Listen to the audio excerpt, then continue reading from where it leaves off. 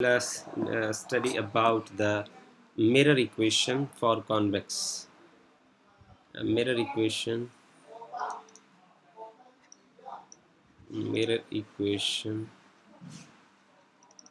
for convex mirror, right?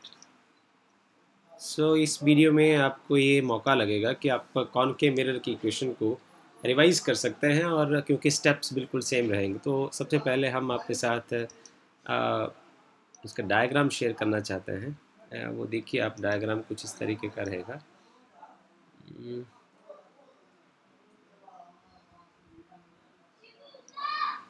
Okay, this is the diagram.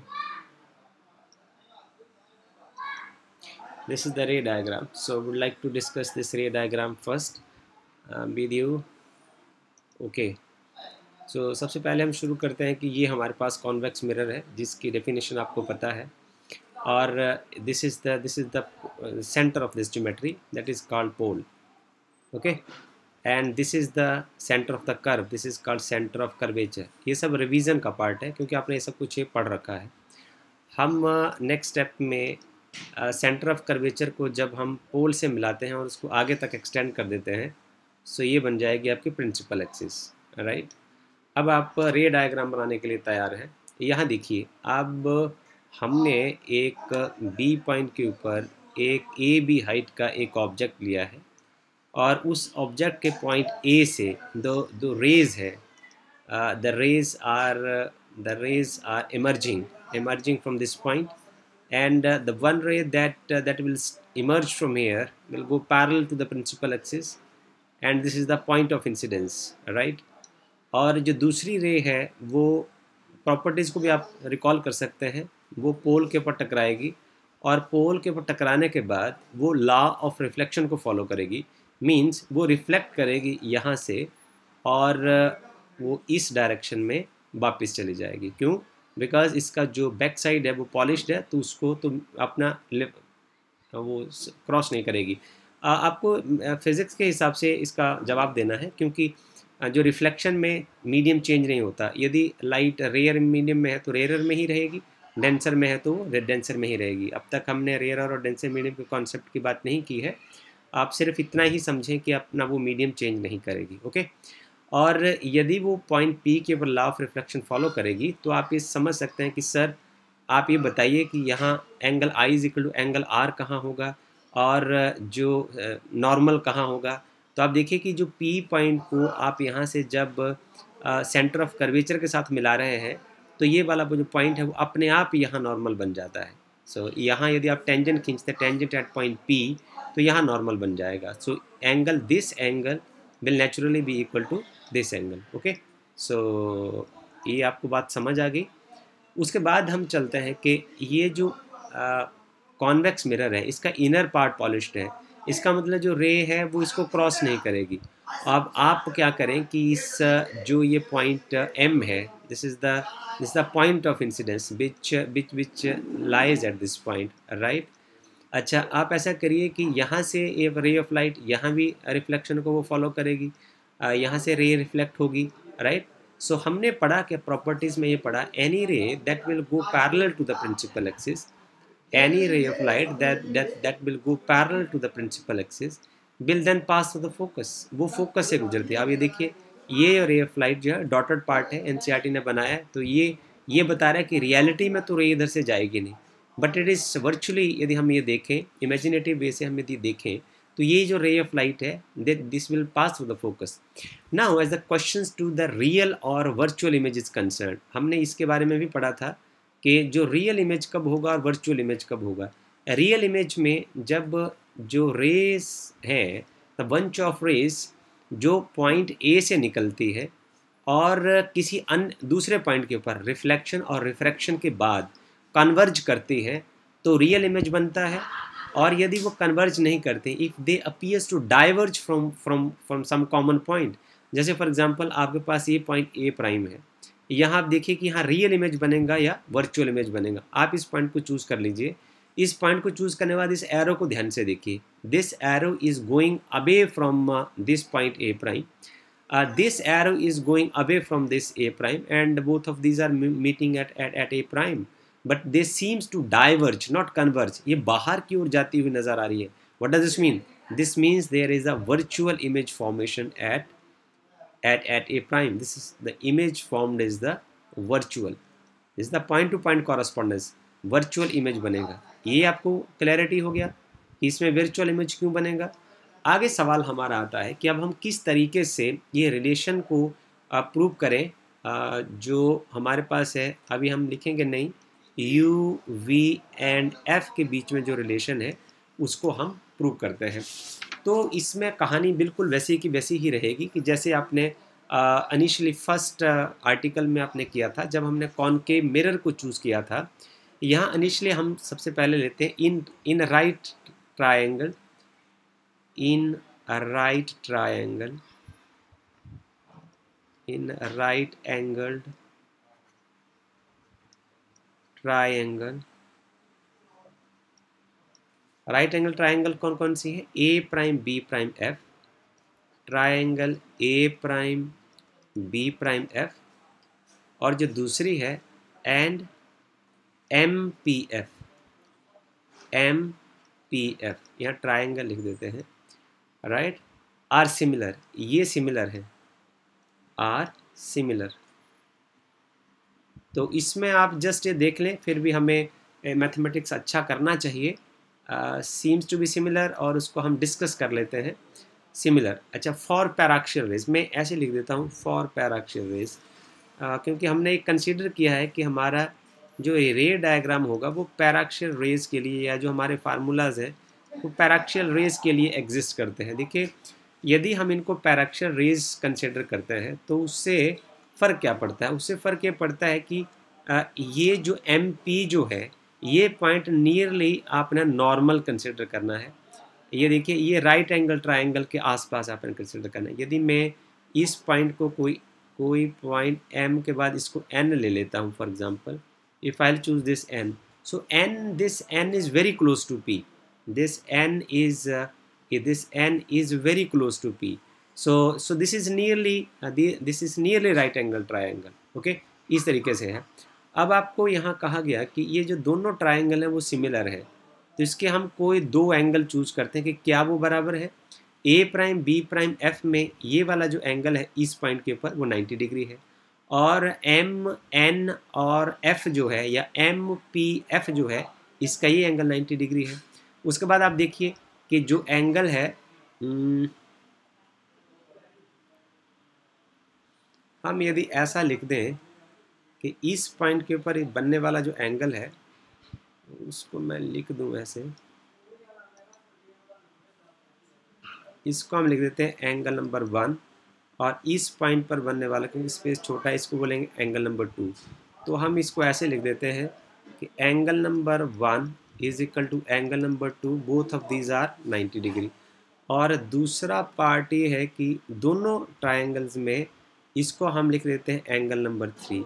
सो यहाँ आप लिख सकते हैं for both cases angle number 3 is angle number 3, ये कॉमन हो जाएगा, ओके, दिस इज ये कॉमन हो जाएगा, ये कॉमन एंगल हो गया, right. This means that the triangle, similarity conditions लग जाएगी, triangle A prime B prime F is similar to the triangle M P F, right. So both of these triangles are similar. So now इसका मतलब इनकी जो corresponding sides की ratio same होगी। ये देखिए ज़रा, इसको हम बाहर बना लेते हैं। आपके पास एक ट्रायंगल है एक ट्रायंगल है आपके पास ए प्राइम, ये है ए प्राइम बी प्राइम है, और इसको आप ऐसे खींचते हैं, ऐसे डायग्राम आपका कुछ इस तरीके का ही है, और इसको आप ऐसे खींचते हैं इधर, और इसको आप ऐसे खींचते हैं। ये देखिए आपका डायग्राम कुछ इस तरीके का है। तो यहाँ है आपके पास M, और ये P और N एक दूसरे के बिल्कुल नज़दीक है, और यहाँ है A प्राइम, और यहाँ है B प्राइम, और ये है F। तो आपके पास एक ट्रायंगल ये है, और एक ट्रायंगल MPF, ये दूसरी ट्रायंगल है।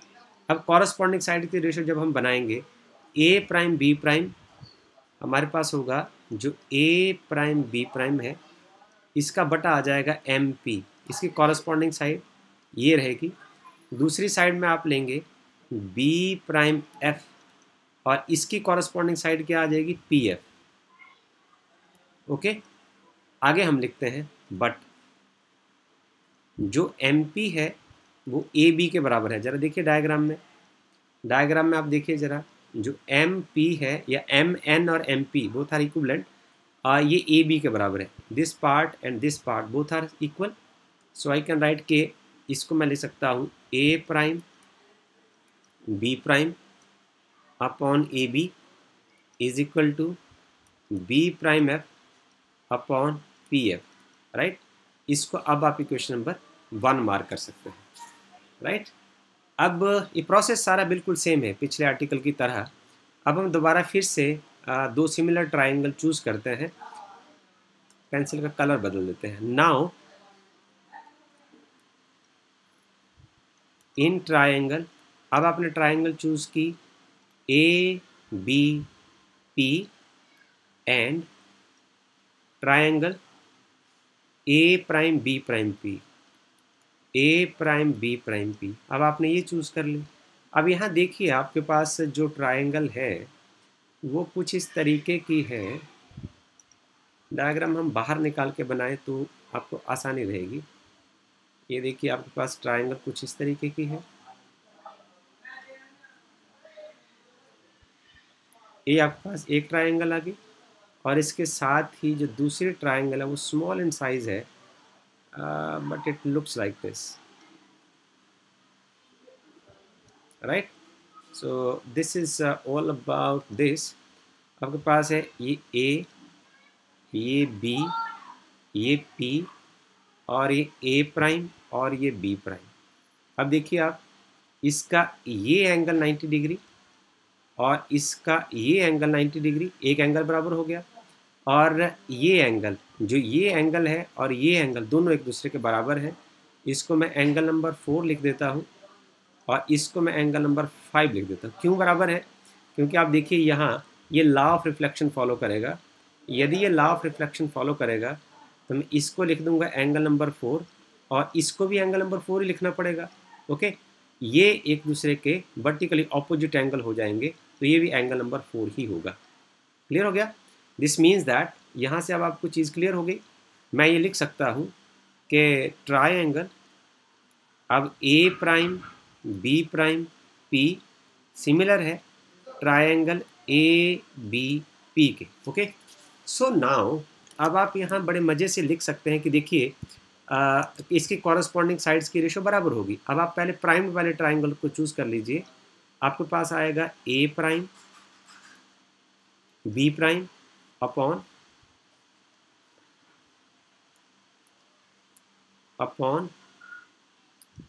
यहाँ आप लिख दीजिए A B is equal to, इधर इसकी कॉरस्पॉन्डिंग साइड आ जाएगी बी प्राइम पी और इसकी साइड आ जाएगी B P, right. This is now equation number 2। अब मैथमेटिक्स करते हैं आप, तो आप देखिए कि यहाँ इक्वेशन नंबर 1 आपसे ये कहती है कि जो ए प्राइम बी प्राइम की जो रेशो है वो है B prime F upon P F के बराबर। और जो इक्वेशन नंबर 2 कहती है वो ये कहती है कि A prime B upon A B की रेशो है वो B prime P upon B P के बराबर है। अब हम किसकी बात माने? इक्वेशन तो दोनों ही करेक्ट है, दोनों ही बराबर आपको सूचना दे रही है, तो गलत तो कोई नहीं हो सकती। इसका मतलब यदि हम अब मैथमेटिक्स के टर्म में बात करें तो जिसकी लेफ्ट हैंड साइड बराबर है तो उसकी राइट हैंड साइड भी बराबर ही होगी, right. So I can right now, तो इसके लिए हम इसको आगे ऐसे लिख सकते हैं कि B prime F, this means B prime F upon P F is equal to B prime P upon B P, इसके बराबर हो जाएगा। ये आपकी न्यू रेशो हो जाएगी। अब हमने आगे किस बात का ध्यान रखना है? हमने सिर्फ मात्र अब इसी बात का ध्यान रखना है कि ये जो हम लिख रहे हैं क्या मैं इनको u, b और f की फॉर्म में इनको लिखा जा सकता है कि नहीं? Will just concentrate only on this part. अब हम इसको देखते हैं ध्यान से कि क्या इसको u, b ऑफ f की फॉर्म में लिखा जा सकता है। ज़रा देखिए आप b प्राइम f को, सबसे पहली टर्म है आपके पास b प्राइम f, तो b प्राइम f को आप नहीं लिख सकते, u, b, f की फॉर्म में इसको नहीं लिखा जा सकता। हम पहले लिख ही देते हैं। इस डायग्राम में आप देखिए, ये जो डिस्टेंस होगा, ये जो डिस्टेंस होगा, पोल से ऑब्जेक्ट का डिस्टेंस जो होगा ये u होगा, ओके। और पोल से जो इमेज का डिस्टेंस होगा ये v होगा, और पोल से जो f का डिस्टेंस होगा वो f होगा, ओके। अब हमें यदि b प्राइम है, ये वाला पार्ट b प्राइम, तो b प्राइम f को हमें लिखने में समस्या आएगी। तो हम कोशिश करते हैं कि b प्राइम f को कैसे लिखा जाए। सो b प्राइम जो पार्ट है, b प्राइम f है, इसको आप ऐसे लिख सकते हैं pf, इसको pf में से यदि आप pb घटा दें, यदि आप pf में से pb घटा दें तो b प्राइम f आ जाता है। दूसरा पॉइंट डिस्टेंस है pf, तो p और f को फोकल लेंथ के बराबर लिखा जा सकता है, आप लिख सकते हैं। b प्राइम p है आपके पास, b प्राइम p को आप v लिख सकते हैं, और bp को आप u लिख सकते हैं। तो अब हमारी कहानी ख़त्म है, अब हमें कोई समस्या नहीं आएगी। इसको इक्वेशन नंबर हम 3 लिख देते हैं, और इसको हम इक्वेशन नंबर 4 लिख देते हैं। हम आगे लिखेंगे फ्रॉम इक्वेशन 3 एंड 4। आपको पता चल गया हमने क्यों किया, फ्रॉम इक्वेशन 3 एंड 4। हमने इसको इस तरीके से लेके चलना है ताकि सब नॉन वैल्यूज़ u, b और f में इनकी कन्वर्जन हो सके। अब b प्राइम f की जगह आप लिख दीजिए P F minus P B. इसको ऐसे लिखते हैं, हम ऐसे लिखते हैं b prime p upon B P is equal to P F minus P B upon P F, okay. अब साइन कन्वेंशन का इस्तेमाल कर दीजिए, using sign convention.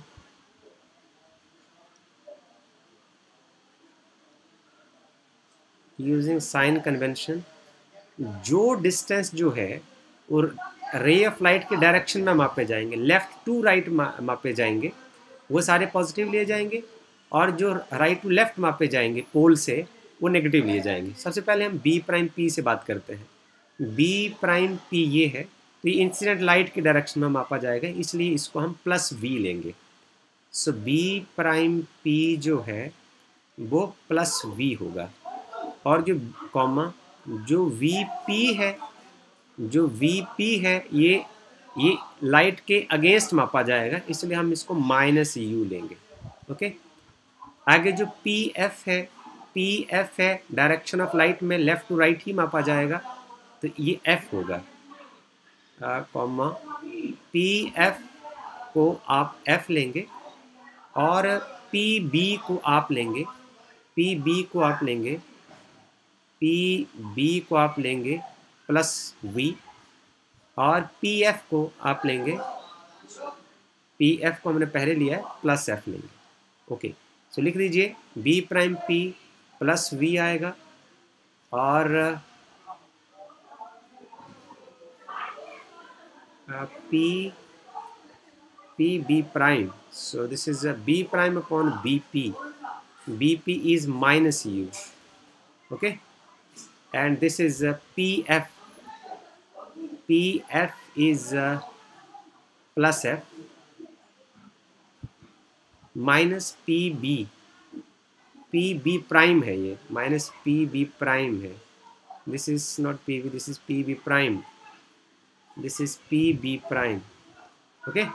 pb prime is v plus v upon, ये यहाँ का ध्यान रखना है आपने, और pf जो है pf is equal to f, this is plus है, अब क्रॉस मल्टीप्लाई कर दीजिए, you have B F is equal to minus U F and plus U V and mark this is equation number 5। Okay, अच्छा, equation number 5 को आप क्या करिए, divide कर दीजिए यू वी और एफ से, जो रिमेनिंग पार्ट है उसको आप लिख देंगे।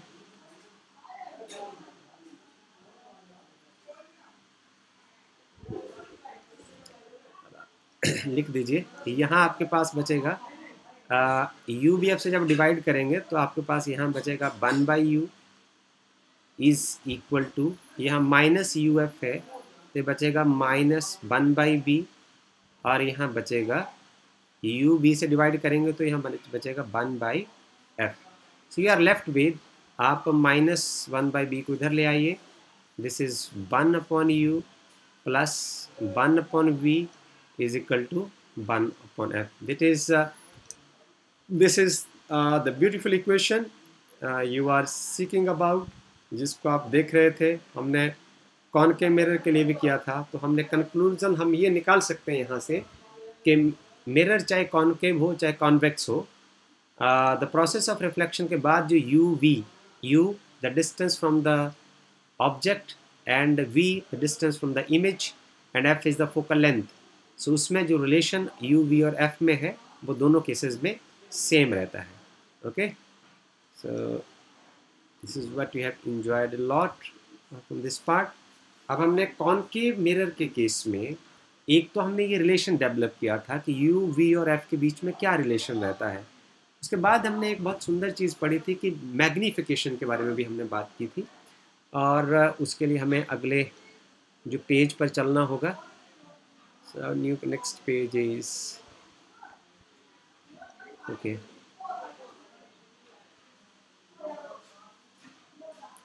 So now we'll go for the linear magnification. इसके लिए हमें इमेज ऐड करना पड़ेगा।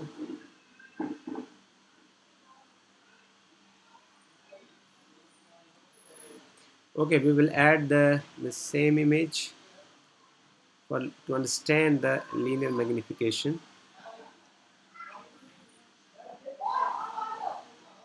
So now we have to understand the linear magnification. Okay,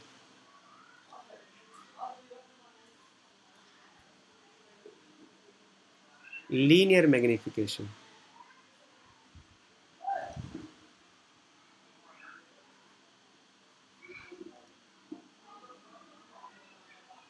Magnification in case of convex mirror. Linear magnification in case of convex mirror. Okay, so we'll see. तो जो linear magnification है, अब जो linear magnification है ऐसे हम लिखें, it is denoted by m. Linear magnification is denoted by m. Linear magnification is denoted by m, and this is the ratio of the size of the image to the size of the object. This is the size of the image to the size of the object. Size of the object. So see here carefully, size of the image is a prime b prime, right? The size of the object is ab. Okay, so what you have done, आपने ये देखा है कि triangle abp and a prime b prime p both are similar, as we have done कि जो triangle जो है abp is similar to the triangle a prime b prime p. This means that as m is a prime b prime upon ab, this means this ratio is same for b prime p upon bp because of the similar triangles.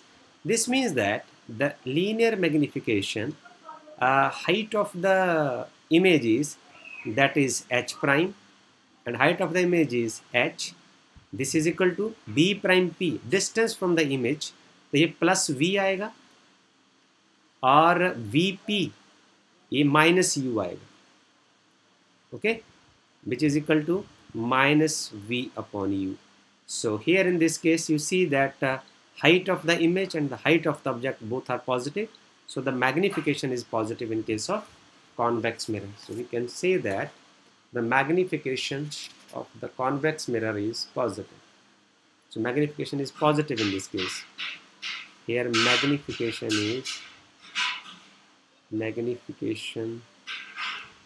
is positive. Okay, so this is very interesting aspect. You can enjoy this, क्योंकि इसमें यदि हम sign convention इस्तेमाल करें तो जो हमारा image है वो भी up to the principal axis है, और जो इमेज है देखिए ये भी प्रिंसिपल एक्सिस से ऊपर की ओर है, और जो ऑब्जेक्ट है वो भी प्रिंसिपल एक्सिस से ऊपर की ओर है। ओके, सो अब जो नेक्स्ट आर्टिकल है ये बेसिकली एनसीईआरटी में नहीं है, पर फिर भी हम आपके साथ थोड़ा डिस्कस इसको ज़रूर करना चाहते हैं, because think it has its own importance. इसको हम वैसे ही थोड़ा सा आपके साथ शेयर करना चाहते हैं। देखिए next part is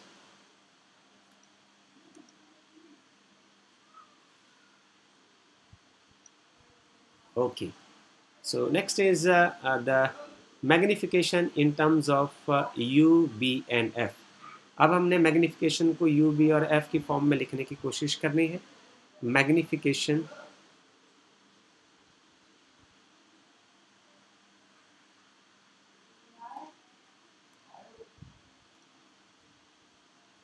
we have magnification in terms of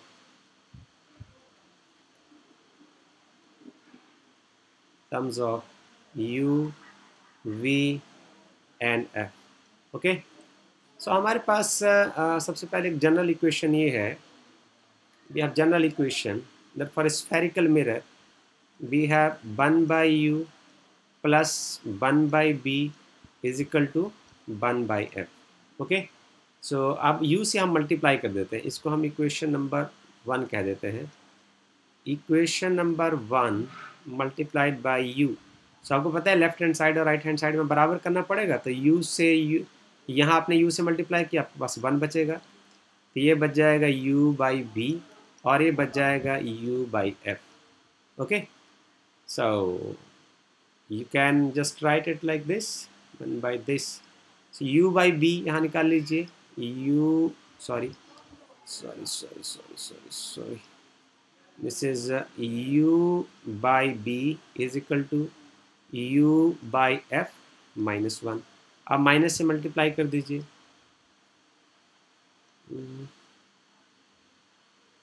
minus of u by b is equal to 1 minus u by f. आगे आप यहाँ एलसीएम ले लीजिए, minus of u by b, यहाँ एलसीएम आ जाएगा f और यह आ जाएगा f माइनस u.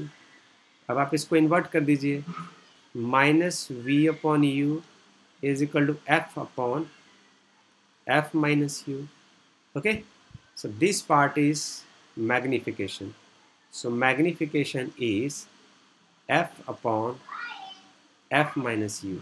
ये आपकी जो मैग्निफिकेशन आ गई in terms of f and u आ गई. Okay, this is the sake of entertainment. And then next page हम आगे चलें, थोड़ा सा हम इसको और एक्सटेंड करने की कोशिश करें तो ये कुछ ऐसा हो जाएगा कि हम आगे चलते हैं, फिर हम करते हैं ये हमारे पास इसका दूसरा तरीका इन टर्म्स ऑफ v लिख के देखें। अब हमारे पास इक्वेशन वही सेम इक्वेशन लें, 1 upon u plus 1 upon b is equal to 1 upon f. अब v से मल्टीप्लाई कर दीजिए, फिर हम वही इक्वेशन पुरानी इक्वेशन 1 ही हम यहाँ लिखें, इक्वेशन नंबर 1 क्रॉस v कर दें, तो ये आपके पास आ जाएगा v upon u plus 1 is equal to v upon f हो जाएगा। अब आप v अपॉन u को इधर रखिए, ये आपने रख लिया v अपॉन u और यहाँ आ जाएगा v अपॉन f। यदि 1 इधर जाएगा तो -1 हो जाएगा।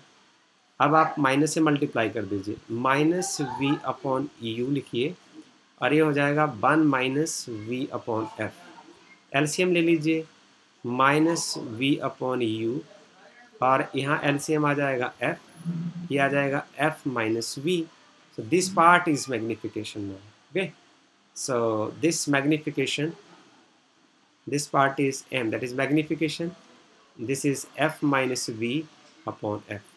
This is a very interesting play for you to write magnification in terms of either u or f or either v upon f. So this is all about this video. You are suggested to solve all the numerical problems. Those are given in the NCERT exercise or exemplar problem NCERT, to understand the concept deeply. Thank you very much.